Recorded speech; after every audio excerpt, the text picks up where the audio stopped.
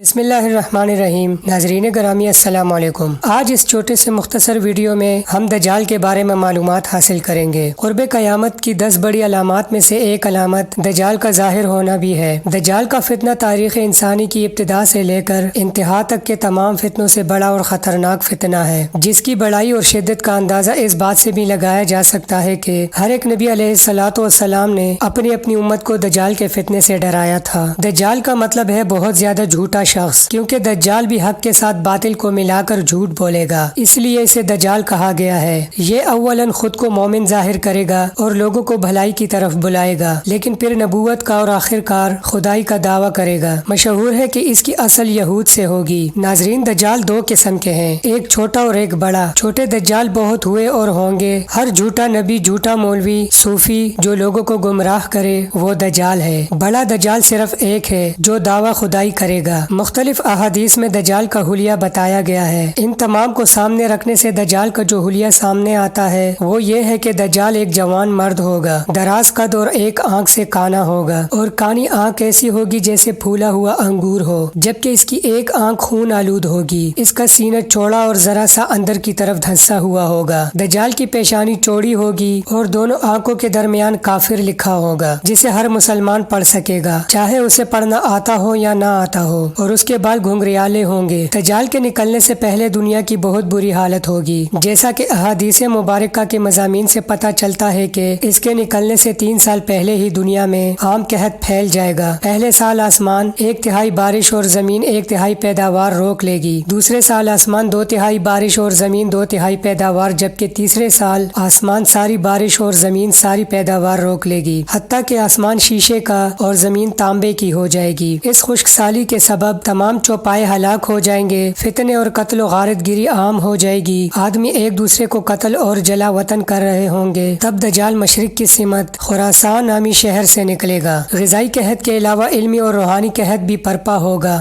دین کے سلسلے میں لوگوں کو ضعف پیدا ہو چکا ہوگا، علماء اور دیندار لوگوں کی قلت ہوگی۔ دجال زمین پر 40 دن رہے گا، جن میں سے ایک دن 1 سال کے برابر، ایک دن 1 ماہ کے برابر اور ایک دن 1 ہفتے کے برابر، جبکہ باقی ایام سال کے عام دنوں کی طرح ہوں گے۔ اس مدت میں دجال اپنے گدھے پر سوار ہو کر ساری دنیا کا چکر لگائے گا۔ گدھے کا جسم اتنا بڑا ہوگا کہ دونوں کانوں کا درمیانی فاصلہ 40 ہاتھ کے برابر ہوگا، اور اس کے گدھے کی رفتار کا یہ عالم ہوگا کہ ایک قدم اٹھائے گا تو 1 میل کی مسافت طے کرے گا، اور روئے زمین کا کوئی میدانی، صحرائی اور پہاڑی علاقہ ایسا باقی نہیں بچے گا کہ جہاں وہ نہ جائے۔ البتہ مکہ مکرمہ اور مدینہ طیبہ پہ فرشتوں کا پہرا ہونے کی وجہ سے ان میں داخل نہ ہو سکے گا، بلکہ مدینہ کے باہر دلدلی زمین پر پڑاؤ کرے گا، اور مدینہ پاک میں زلزلے کے 3 جھٹکے آئیں گے، جس کی وجہ سے ہر کافر اور منافق مدینہ سے بھاگ نکلے گا اور دجال سے جا ملے گا۔ اس روز مدینہ پاک ہر منافق اور فاسق مرد اور عورت سے خالص و پاک ہو جائے گا، اسی لیے اس دن کا نام یوم الخاص بھی ہے، اور بعض روایات کے مطابق بیت المقدس اور کوہ